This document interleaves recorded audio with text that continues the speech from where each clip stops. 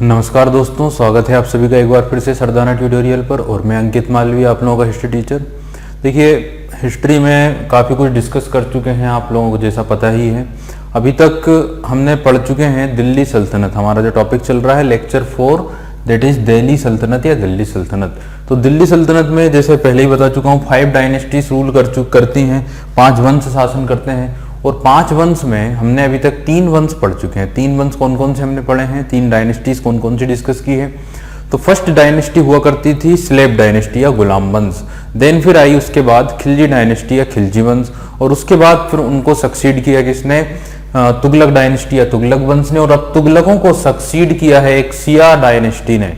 ये बात ध्यान रखिएगा कि अभी तक जो रूल कर रहे थे वो सुन्नी थे। वो कौन सी ब्रांच से बिलोंग करते थे मुस्लिम रिलीजन की, सुन्नी ब्रांच से। Now the branch of Muslims पर शिया। तो अब जो रूल करने आ गए हैं वो आ गए हैं शिया वंश के शासक, जिनके डायनेस्टी का नाम है सैयद डायनेस्टी या सैयद वंश। और जिन्होंने सक्सीड किया था किसे, तुगलकों को। और तुगलक वंश के बाद सैयद, और सैयद के बाद लास्ट डायनेस्टी हम पढ़ेंगे, दैट इज अफगान डायनेस्टी, जो बिलोंग करते हैं अफगानिस्तान से। और वो होंगे लोधी वंश या लोधी डायनेस्टी। चलिए, तो एक बार गौर करेंगे। उसके पहले हम एक बार रिकैप कर लेते हैं, रिवाइज कर लेते हैं अभी तक जो हम डिस्कस कर चुके हैं। देखिए, मैं आप लोगों को बार बार बता देता हूँ, बार बार जब भी मैं टॉपिक स्टार्ट करता हूँ तब बताता हूँ कि when we are discussing about Indian history, जब हम इंडियन हिस्ट्री की बात करते हैं तो हम ये ध्यान में रखते हैं कि इंडियन हिस्ट्री के 3 पार्ट होते हैं। कितने पार्ट होते हैं? 3 पार्ट। ऑब्वियसली इंडियन हिस्ट्री हो चाहे किसी भी देश की हिस्ट्री हो, हर एक हिस्ट्री के 3 ही पार्ट होते हैं। कौन कौन से?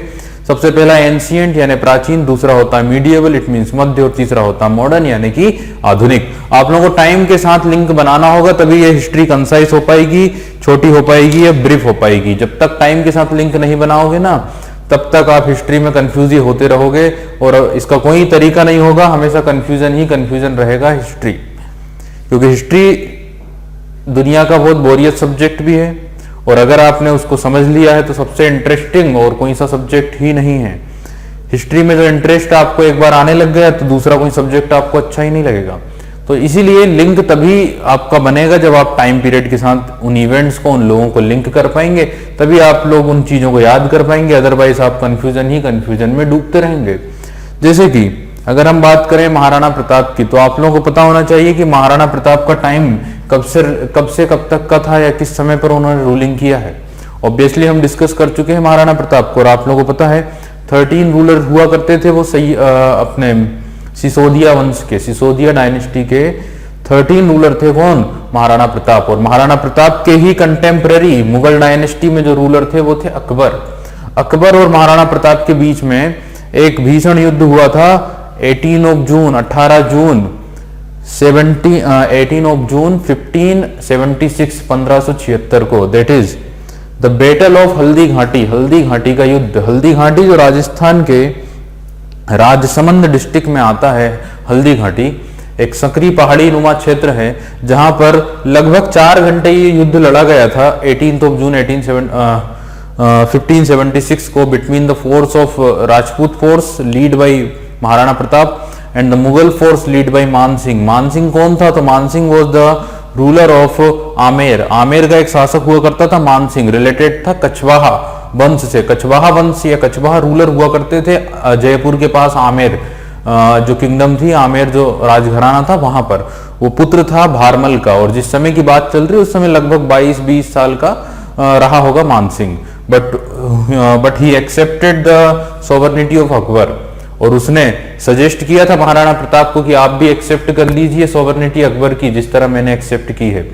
तो देखिए, आप लोग बस ये टाइम के साथ लिंक करना है। अब जैसे मैंने एक नाम लिया महाराणा प्रताप, तो आप लोगों को क्लियर करना है, या आप लोग लिंक बन जाएगी, आप लोग की अपने आप चीजें पॉइंट क्लियर होते जाएंगे कि वॉज कंटेम्परेरी टू अकबर, और फिर उनके समय पर क्या क्या हुआ, और पूरी कहानी क्लियर हो जाएगी महाराणा प्रताप की। और भी क्वेश्चंस आपके क्लियर होने लगेंगे, जैसे कि उनकी हेल्प करी थी भामा शाह नामक एक काफी रिच पर्सन ने, जो उनका एक दोस्त हुआ करता था, सलाहकार हुआ करता था, जिसके ऊपर वो आंख बंद करके विश्वास कर सकते थे। और उनका एक घोड़ा हुआ करता था नीले कलर का, ईरानी मूल का, जिसका नाम था चेतक। उनका एक हाथी भी हुआ करता था राम प्रसाद नाम से। समझ गए ना? ये सारी चीजें हमने डिस्कस की हैं। किसके बारे में? महाराणा प्रताप के बारे में हमने जब टॉपिक डिस्कस किया था। देखिए एज इट इज चीजें आपको टाइम के साथ लिंक करना होगी। एक मॉडर्न इंडियन हिस्ट्री में एक टॉपिक आएगा जिसमें में एक युद्ध, जैसे इंडिया के इंपॉर्टेंट बैटल्स की बात की जाए तो कुछ खास युद्ध हुए हैं इंडिया में, जैसे तराइन के युद्ध, जो तराइन का दूसरा युद्ध जिसने पूरा हिस्ट्री पलट दिया। तो इस तरह कुछ खास युद्ध हुए हैं। उन्हीं युद्धों की जब हम बात करते हैं तो तराइन का दूसरा युद्ध, इसके अलावा पानीपत के जो 3 युद्ध हुए हैं, है ना, उसी प्रकार हल्दी घाटी का युद्ध जो एक इंपॉर्टेंट बैटल है, एक इंपॉर्टेंट वॉर है, उसी प्रकार पानीपत का तीसरा युद्ध जो लड़ा गया था 1761 में, 1761 में 14 जनवरी 14 जनवरी को, 14 जनवरी संक्रांति के दिन ये युद्ध हुआ था। और 14 जनवरी को ही संक्रांति या मकर संक्रांति आती है, तो 14 जनवरी को 1761 में एक युद्ध हुआ था, that is the battle of Panipat third, Panipat का तीसरा युद्ध। और ये युद्ध हुआ था मराठों और किसके बीच में, Maratha forces that lead by Sadashivrao Bhau. तो मराठा फोर्स जिसे लीड किया था सदाशिवराव भाऊ ने, सदाशिवराव भाऊ जो पेशवा के कजिन ब्रदर हुआ करते थे, उस समय जो पेशवा थे वो थे बालाजी विश्वनाथ, तो उन्हीं के कजिन ब्रदर हुआ करते थे सदाशिवराव भाऊ जो उस आर्मी को लीड कर रहे थे। हालांकि पेशवा के सक्सेसर भी उन्हीं के साथ थे, जो बालाजी विश्वनाथ के बालाजी बाजीराव के जो सक्सेसर थे वो भी उस समय उन्हीं के साथ हुआ करते थे, जिनका नाम था विश्वास राव। तो विश्वास राव जो अगले पेशवा बनने वाले थे, जिनकी एज लगभग 18 ईयर थी उस समय पर, 18 या 20 ईयर, 18 या 20 साल के लगभग उम्र रही होगी विश्वास राव की। लेकिन जो कमांडर थे, जो कमांडर इन चीफ थे, वो थे सदाशिवराव भाऊ। और अपोजिशन में जो फोर्स थी जिसे लीड कर रहा था अहमद शाह अब्दाली, जो अफगानिस्तान का एक शासक था, अहमद शाह अब्दाली। तो अहमद शाह अब्दाली और युद्ध हुआ था मराठों के बीच में, और ये एक भीषण युद्ध था जिसने इंडियन हिस्ट्री को काफी ज्यादा तरीके से क्या कर दिया, चेंज कर दिया। समझिए पूरी तरह से इंडियन हिस्ट्री चेंज हो गई। और इस युद्ध ने ये तय कर दिया था कि इस युद्ध ने ये तय किया था कि भारत पर कौन शासन नहीं करेगा, कौन शासन नहीं करेगा, ये तय किया था कि इस युद्ध ने, पानीपत के तीसरे युद्ध ने। और ये लड़ा गया था 14 जनवरी को 1761, जिस समय भूखे प्यासे मराठा सैनिक या मराठा योद्धा अपनी मातृभूमि की रक्षा करने के लिए पुणे से निकलकर कहां पहुंचे थे, पुणे से निकलकर पहुंचे थे पानीपत। और वहां पर उनका सामना हुआ था अहमद शाह अब्दाली की अफगान सेना से। हालांकि चूंकि हम बता ही चुके हैं कि इंडिया पर फॉरेनर्स तभी कब्जा इसीलिए कर पाए क्योंकि इंडियंस की ही कमजोरी थी, इंडियंस की ही यूनिटी नहीं रह पाई। और वही सारी चीजें हैं कि इस युद्ध में भी अब मराठा फोर्स को जो है हार का सामना करना पड़ा। और उस हार का कारण था इंडियन रूलर्स खुद ही, क्योंकि उन्होंने क्या किया था कि मराठा फोर्स की जो फूड लाइन थी, जो रसद की जो रसद जो पहुंचती थी उस जगह को क्या कर दिया था, चौक करवा दिया था। दैट्स वाई मराठा फोर्स के जो लोग थे वो भूखे रहे कई दिनों तक, और भूखे प्यासे ही उन्हें लड़ना पड़ा। फाइनली दे डिसाइडेड, और उन्होंने तय किया कि हम भूखे प्यासे ही सही, लेकिन हम हार नहीं मानेंगे, हम सरेंडर नहीं करेंगे और हम लड़ेंगे। तो भूखे प्यासे ही उन्होंने तय किया और उन्होंने युद्ध लड़ा, और काफी भीषण युद्ध लड़ा। इनिशियली स्टेज पर देखा जाए तो मराठा फोर्स ने अफगान सैनिकों को भगाना शुरू कर दिया, लगभग जीतने लगे। लेकिन फाइनली युद्ध में कुछ ऐसी घटना घटी कि विश्वास राव जो सक्सेसर हुआ करते थे पेशवा के, वो अपने हाथी से नीचे उतरे और अचानक उन्हें एक गोली लगी, एक बुलेट लगी विश्वास राव को। और विश्वास राव को देखा जब उस समय के कमांडर जिनका नाम था सदाशिवराव भाऊ ने जब देखा कि हाथी पर विश्वास राव नहीं है और वो दुश्मनों से घिरे हुए हैं और उन्हें गोली लग गई है, तब वो गए उनके पास और उनकी गोद में ही दम तोड़ दिया। किसने? विश्वास राव ने। जब विश्वास राव की डेथ हो गई उसके बाद सदाशिवराव को भी घेर लिया गया, उनकी भी डेथ हो गई। और उसके बाद मराठा सैनिक अपने जब लीडर ही नहीं रहे तो उसके बाद उनकी भी क्या होगी, धीरे धीरे वो लोग भी युद्ध हार गए। और उसके बाद कहा जाता है कि लगभग 25,000 के लगभग मराठा सैनिकों को बंदी बना लिया गया अफगानियों के द्वारा, उनकी हत्या कर दी गई, उन्हें कैद कर लिया गया और कई लोगों को कैद करके अपना गुलाम बनाकर अफगानिस्तान ले जाया भी गया। तो ये एक काफी दुख या दर्द देने वाला युद्ध रहा इंडियन हिस्ट्री में। काफी दर्द महसूस होता है जब हम डिस्कस करते हैं पानीपत के तीसरे युद्ध के बारे में, पर हिस्ट्री में जो हो चुका वो हो चुका है, हिस्ट्री चेंज नहीं हो सकती है। तो ध्यान रखिएगा। अब आप लोगों को जो मैं बता रहा हूं, मेरे कहने का जो मतलब है वो ये है कि आप क्या करिएगा, आप चीजों को लिंक करिएगा, किसके साथ लिंक करिएगा, टाइम के साथ। और जब आप टाइम के साथ लिंक कर लेंगे ना चीजों को या हिस्ट्री के किसी पॉइंट को, तो आपको बहुत आसानी हो जाएगी हिस्ट्री को याद करने में, समझ गए। अदरवाइज आप कंफ्यूजन में ही घूमते रहेंगे, कौन सी घटना कब की है, कौन कब के थे, कौन कब के नहीं थे, और कभी भी आपके जो आंसर हैं वो सही नहीं हो पाएंगे। हमेशा आप कंफ्यूजन में ही रहेंगे। और ध्यान रखिए, ज्यादा क्वेश्चन आते नहीं है, मुश्किल से 3, 4 या 5 क्वेश्चन आते हैं अगर एसएससी की बात करें या और भी एग्जाम हो तो। बट वो 3, 4, 5 क्वेश्चन ही आपको बन जाए, बस वही हमारा टारगेट है। अब देखिए, फिलहाल हमारा टॉपिक है Sayyid dynasty, that is related to Delhi Sultanat. It was the 4th dynasty of Delhi Sultanat. और इस डायनेस्टी में रूल किया टोटल 4 रूलर्स ने। कितने शासकों ने शासन किया? 4 शासक। चलिए कुछ बेसिक पॉइंट्स के ऊपर गौर करते हैं। सबसे पहले इस डायनेस्टी का रूलिंग पीरियड रहा है 1414 से 1414 से 1414 से इस डायनेस्टी के रूलर्स ने रूल किया है लगभग 1451 तक। कई बुक 51 बताती हैं और कई बुक 1450 भी बताती हैं। 1450 भी लिखा हुआ है और 1451 भी लिखा हुआ है, तो ज्यादा टेंशन नहीं लेना है ना। तो आप लोग देख लें, 1451 भी सही होगा, 1450 भी हम सही मान लेंगे। एग्जाम में जैसा आ जाएगा हम उसको ही सही मान सकते हैं, तो ऐसा कोई टेंशन वाली बात नहीं है यहाँ पे 1451 या 1450। अब सबसे पहला ही जो क्वेश्चन आ जाता है वो आता है कितने समय तक रूल किया, तो लगभग 37 ईयर की रूलिंग रही है इस डायनेस्टी की। तो सबसे कम टाइम तक की नहीं है, सबसे कम टाइम तक की डायनेस्टी जिसने रूल किया वो है खिलजी डायनेस्टी। ध्यान रखिए, ओनली 30 ईयर रूल किया था। खिलजियों ने कितने समय तक शासन किया था? 30 ईयर। बट इन 30 वर्षों में काफी महत्वपूर्ण छाप छोड़कर चले गए थे अलाउद्दीन खिलजी। सबसे फेमस, सबसे महान शासक कह सकते हैं दिल्ली सल्तनत के, किसे? अलाउद्दीन खिलजी को। क्लियर? तो 1414 से लेकर 1451 या 50 तक रूल रहा किसका? सैयद डायनेस्टी का। दूसरी बात, आपसे पूछा जाएगा कैपिटल, और अब तो समझ ही गए होंगे कि कैपिटल क्या है। Obviously capital was Delhi. क्या कहा था इब्न बतूता ने दिल्ली के बारे में? इब्न बतूता ने अपनी बुक किताबुल रहला में क्या कहा है? Delhi was the most prosperous city of the world. उस समय दिल्ली विश्व की सबसे संपन्न शहर के रूप में उन्होंने डिस्क्राइब किया है अपनी बुक जिसका नाम है किताबुल रहला में। तो आप लोग समझ सकते हैं कि अगर कोई फॉरेनर हो, कहाँ का, मोरक्को का, अगर ये अपनी बुक में लिख रहा है कि विश्व का सबसे संपन्न शहर दिल्ली है, तो आप समझ सकते हैं, आप उसकी संपन्नता का मतलब नहीं लगा सकते, आप इमेजिन नहीं कर सकते होंगे कि दिल्ली कितनी संपन्न रही होगी उस समय पर। क्लियर? कैपिटल दिल्ली थी, काफी संपन्न, काफी प्रोस्पेरियस सिटी थी उस समय पर। इस समय जो लैंग्वेज थी ना,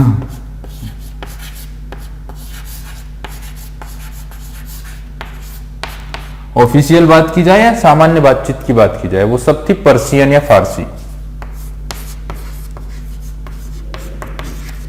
लंबे समय तक ऑफिशियल लैंग्वेज पर्शियन ही रहेगी।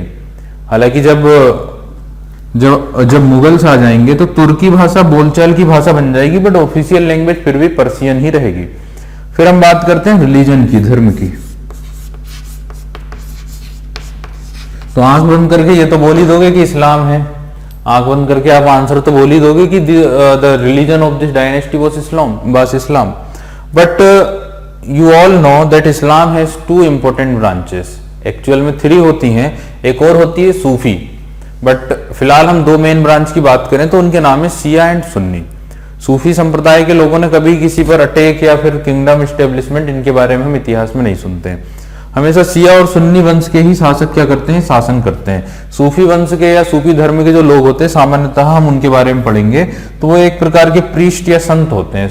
मुस्लिम धर्म के जो संत हम ज्यादातर पढ़ते हैं वो सब सूफी होते हैं। सूफियों का काम ही था कि दोनों ही कम्युनिटी के बीच में जो डिस्प्यूट है, जो दुश्मनी है, उसे कम करने की कोशिश करना। जिन्होंने पैगंबर मोहम्मद साहब को ही अपना सबसे मुख्य व्यक्ति माना था, सबसे मेन व्यक्ति माना था, और उन्हीं के सिद्धांतों पर वो चलते हैं और शांति का संदेश देते हैं। कौन? सूफी। सबसे पहले सूफी परंपरा भारत में लाने वाले व्यक्ति ही कौन थे? जो आए थे गोरी के साथ, जिनका नाम था ख्वाजा मोइनुद्दीन चिश्ती, जिन्हें गरीब नवाज भी कहा जाता है, जिनकी दरगाह को कहा जाता है गरीब नवाज की दरगाह, जो है अजमेर में। उन्होंने अपना पूरा जीवन जो है व्यतीत कर दिया अजमेर में और वहीं पर उनकी डेथ हो गई। वो आए थे युद्ध अपना गोरी की सेना के साथ और फिर इंडिया में ही क्या हो गए? बस गए। अजमेर कैपिटल हुआ करती थी उस समय पर, किसकी? Ajmer was the capital of Chahamana kingdom. Chahamana वंश के रूलर हुआ करते थे कौन? पृथ्वीराज चौहान उस समय पर, जिनका एक नाम राय पिथौरा भी है, और उन्हीं के साथ युद्ध लड़ा गया था 1192 2 में तराइन का सेकंड वॉर जिसमें कि हार हो गई थी किसकी, पृथ्वीराज चौहान की। तो ध्यान रखिएगा ये सारी बातें, ये मोस्ट इंपोर्टेंट पॉइंट्स होते हैं। देखिए अब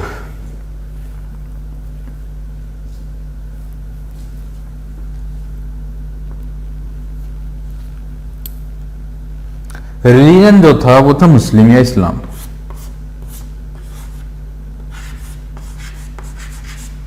और इस्लाम में सिया कम्युनिटी। अच्छा, आप लोग अभी एक आंसर ढूंढिएगा। पानीपत के तराइन के मैंने 2 युद्ध तो बताए, तराइन का फर्स्ट एंड तराइन का सेकंड। तराइन का फर्स्ट 1191, तराइन का सेकंड 1192। अब तराइन का थर्ड आप लोगों को ढूंढना है। कौन सा युद्ध? तराइन का तृतीय युद्ध। और मैं बता दूं आप लोगों को कि जो तराइन का तृतीय युद्ध हुआ था ना, ये युद्ध हुआ था किस किसके बीच में? ये युद्ध हुआ था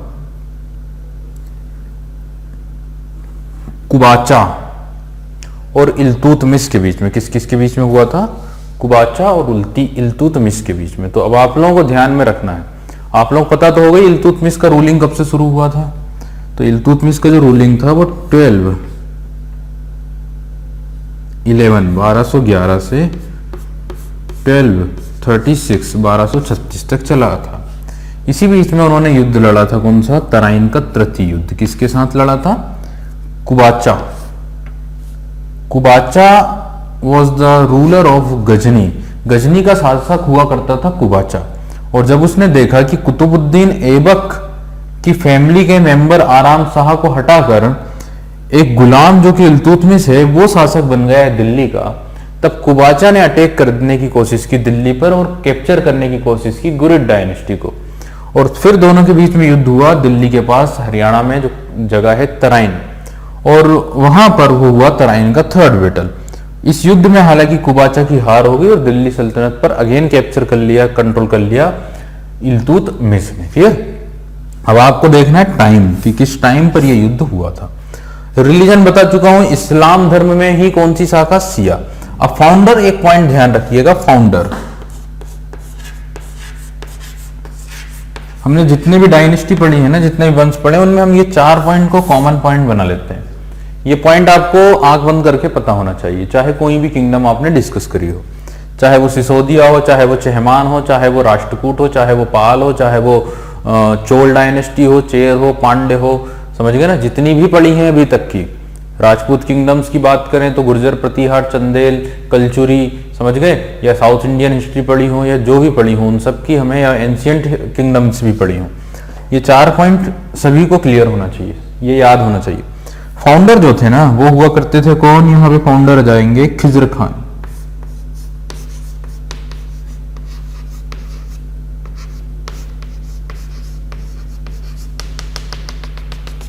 Khizr Khan was the founder of the Syed dynasty. Syed वंश के शासक ही कौन थे?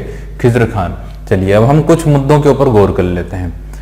The Syed dynasty was the 4th dynasty of Delhi सल्तनत। दिल्ली सल्तनत का चौथा वंश था सैयद वंश, समझ गए, with 4 rulers ruling from 1414 to 1451 या 50, जिसमें 4 शासकों ने शासन किया 1414 से 1451 तक। और जो अंतिम शासक हुए थे उनका नाम था Alauddin Alam Shah. Alam Shah was the last ruler of this kingdom and the first ruler was Khizr Khan. Clear? अगर हम बात करें इस सल्तनत की तो they succeeded Tughlaq dynasty and ruled sultanat until they were displaced by the Lodhi dynasty. तो इन्होंने शासन किया है सक्सीड करके। किसे सक्सीड करके? तुगलकों को। और कब तक शासन किया है? जब तक कि इन्हें डिस्प्लेस नहीं कर दिया गया, इन्हें अपनी जगह से हटा दिया नहीं दिया गया। किनके द्वारा? लोधियों के द्वारा। लोधी बता चुका हूं, अफगानिस्तान से बिलोंग करते थे, अफगान रूलर हुआ करते थे लोधी। अगर हम बात करें तो देखिएगा members of the dynasty derived their title Sayyid. इस वंश के ज्यादातर राजाओं ने अपने नाम के आगे क्या शब्द जोड़ लिया था? सैयद। समझ गए ना, इनके नाम में सैयद शब्द जुड़ा हुआ था। ठीक है, तो क्या बोल रहे हैं? Members of the dynasty derived their title Sayyid और the descendants of the Islamic prophet पैगंबर हजरत मोहम्मद साहब based on the claim that they belong to his lineage through his daughter Fatima and son-in-law Ali. Clear? son-in-law and his cousin Ali. तो देखिए मतलब ये हुआ कि इस वंश के ज्यादातर राजाओं ने अपने नाम में सैयद जोड़ा था, या सैयद उनकी उपाधि हुआ करती थी। और ये लोग कहते थे कि हम पैगंबर हजरत मोहम्मद साहब की फैमिली से ही क्या करते हैं, बिलोंग करते हैं। समझ गए इन्होंने क्या क्लेम किया था, क्या दावा किया था कि we are descendant to the family of prophet पैगंबर हजरत मोहम्मद। अब प्रोफेट पैगंबर हजरत मोहम्मद साहब की अगर बात की जाए तो उनके एक दामाद हुआ करते थे अली, समझ गए ना, उनके एक सन इन लॉ हुआ करते थे जो जिनका नाम क्या था, अली, और उन्हीं का विवाह हुआ था उनकी पुत्री फातिमा से। तो उन्हीं के परिवार के वंशज कहते हैं, कौन, सैयद वंश के रूलर, अपने आप को उन्हीं के वंशज कहलाते हैं, सैयद वंश के शासक। चलिए अगर हिस्ट्री या बैकग्राउंड की बात की जाए तो हमें पता है 1398 ये खिजर खान जो थे ना, जो खिजर खान थे, he was a minister of Tughlaq dynasty. Tughlaq dynasty के मिनिस्टर थे, तुगलक डायनेस्टी में एक मिनिस्टर हुआ करते थे। किसके समय पर, जो आखिरी व्यक्ति हुए थे नासिरुद्दीन महमूद, तुगलक वंश के अंतिम शासक हमने डिस्कस किया। तो उन्हीं के क्या थे, ये एक मिनिस्टर थे, मंत्री थे, और ये मुल्तान के गवर्नर थे। पाकिस्तान में जो मुल्तान आता है वहां पे उन्हें गवर्नर के रूप में अपॉइंट किया हुआ था। और जब इन्होंने देखा कि, या इन्होंने इन्वाइट किया, ऐसा भी कहते हैं इतिहासकार कि इन्होंने इन्वाइट किया किसे, तैमूर को, और फिर तैमूर की हेल्प से ही इन्होंने एक दिल्ली सल्तनत को कैप्चर कर लिया। तो देखिए फॉलोइंग द 1398, कब की बात हो रही है, ये घटना कब की है, 1398। और मैं आप लोगों को बता रहा हूं कि इस लाइन को हाईलाइट कर लेना, इस पर आईएमपी लगा लेना। देखिए कुछ टाइम बहुत इंपॉर्टेंट होते हैं जो एज इट इज पूछ लेते हैं आपसे। जैसे भारत पर सिकंदर का अटैक कब हुआ था, इंडिया पर सिकंदर का हमला कब हुआ था, ये सिकंदर ने हमला किया था 326 BCE में, 326 BCE में सिकंदर ने हमला कर दिया था और एक युद्ध लड़ा था उसने, बैटल ऑफ हाइड पास या हिडेप्सस का युद्ध, या झेलम चिनाब नदी, हिडेप्सस का युद्ध, या फिर हम बोलते हैं बैटल ऑफ झेलम नदी का युद्ध। और इस युद्ध में उसने पराजित किया था पुरु के राजा पोरस को पराजित कर दिया था। तो ये जो डेट होती है ना, जब फॉरेनर्स आते हैं इंडिया में इन्वेजन करने, वो ईयर ध्यान रखना होते हैं। जैसे तैमूर लंग ने इन्वेजन किया है 1398 में, ये हमेशा, ये कई बार एग्जाम में पूछा जा चुका है। उसी प्रकार 1221 में इल्तुतमिश के समय पर पहला मंगोल इन्वेजन किसने किया था, चंगेज खान ने। तो यहां से टाइम पूछेंगे कि चंगेज खान का भारत पर पहला आक्रमण, या ये चंगेज खान का आक्रमण कब हुआ था। 1221 में चंगेज खान ने अटैक कर दिया था। हालांकि वो इंडिया में इंटर हुआ था पर सिंध में, और सिंध से ही वापस लौट गया था, अपने दुश्मन को पकड़ने आया था और वहीं से पकड़कर मारकर वो चला गया उसके पीछे पीछे। ये डेट याद रखना है, ये डेट याद रखना है। इसके अलावा मैं बता दूं आप लोगों को, जो भी इन्वेजन हुए हैं जैसे 1326 BCE इस तरह से, तो जो भी फॉरेनर्स के इन्वेजन हुए हैं ना, वो ध्यान रखिएगा। और जैसे नादिर शाह 1739, नादिर शाह का हमला हुआ। अहमद शाह अब्दाली अभी बताया 1761 में उसके साथ एक युद्ध हुआ, 60 में आ चुका था लगभग, और जनवरी में युद्ध हुआ। ये जो डेट थी पानीपत की, जनवरी 1761 की थी, है ना। काफी लुका छिपी चलती रही थी दोनों फोर्सेस के बीच में। तो इस तरह से ये ईयर्स ध्यान रखना होते हैं हमें। 1398 में किसने हमला कर दिया था, तैमूर लंग ने। तो ऐसा है कि in 1398 sack of Delhi Amir Timur appointed the Sayyid as the governor of Delhi. तो आमिर तैमूर ने ही सैयद को अपना गवर्नर बनाकर दिया था, कहां का, दिल्ली का। तैमूर ने जब सब कुछ किंगडम को कैप्चर कर लिया तो अपना ही प्रतिनिधि, जैसा मैंने बताया कि इन्हें ही क्या कर दिया, अपॉइंट कर दिया, कहां का, सैयदों को अपना गवर्नर, कहां का, दिल्ली का। Their dynasty was establish by Sayyid Khizr Khan. फिर ये डायनेस्टी को एस्टेब्लिश किसने कर दिया, सैयद खिजर खान ने। Deputized by Timur to be the governor of Multan. समझ गए, जो उस समय के गवर्नर कहां के थे, मुल्तान कहां पे, पंजाब के। खिजर खान कैप्चर्ड दिल्ली। खिजर खान ने दिल्ली को कब कैप्चर किया, जब नासिरुद्दीन महमूद की या तो डेथ हो गई या उसने अटैक कर दिया दिल्ली पर और नासिरुद्दीन महमूद को वहां से डिस्प्लेस्ड कर दिया या उसे डिथ्रोन्ड कर दिया। 28 मई 1414, 28 मई 1414 को ये जो है स्टेब्लिश हो गई है सैयद डायनेस्टी स्टेब्लिश हो गई थी 1414 को। Clear. Khizr Khan did not take up the title of sultan. देखिए जो भी शासक होता है दिल्ली सल्तनत में उपाधि कौन सी लेता है, सुल्तान की। बट पहले ही रूलर कौन हुए थे? जिनका नाम था कुतुबुद्दीन ऐबक, जिन्होंने उपाधि सुल्तान की नहीं ली थी, क्योंकि वो एक कमांडर इन चीफ थे, एक सेनापति थे और एक गुलाम थे किसके? गोरी के। गोरी की डेथ होने के बाद ईमानदारी से उन्होंने पद ग्रहण तो किया, बट उन्होंने सुल्तान का टाइटल नहीं लिया। वो तो वंश भी स्टेब्लिश नहीं करना चाहते थे। लाहौर की जब जनता ने उनसे गुजारिश की, तब उन्होंने जो है मुस्लिम डायनेस्टी को स्टेब्लिश किया और वो शासक बने। लेकिन लाहौर के, और वहीं से उन्होंने कैपिटल भी लाहौर बनाई, बाद में दिल्ली कैपिटल बनी इल्तुतमिश के समय। तो बेसिकली बस मैं इतना बोलना चाह रहा हूं यहां पर कि पहले रूलर ने भी सुल्तान की उपाधि नहीं ली थी। सुल्तान की उपाधि सबसे पहले किसने ली? लीगली इल्तुतमिश ने। लीगली किसने लिया? इल्तुतमिश ने। लीगली का मतलब बगदाद के खलीफाओं ने लीगली उसे ये टाइटल दिया था। गोरी और गजनी ने भी लीगली नहीं लिया था, उन्होंने खुद ही ले लिया था। लीगली लिया इल्तुतमिश ने, इसलिए फर्स्ट सुल्तानी किसे कहा जाता है? इल्तुतमिश। उसके बाद फिर जितने भी रूलर रहे उन सब ने सुल्तान की उपाधि ली। अब ये आ गए हैं जिन्होंने सुल्तान की उपाधि नहीं ली। किसने? खिज्र खान ने।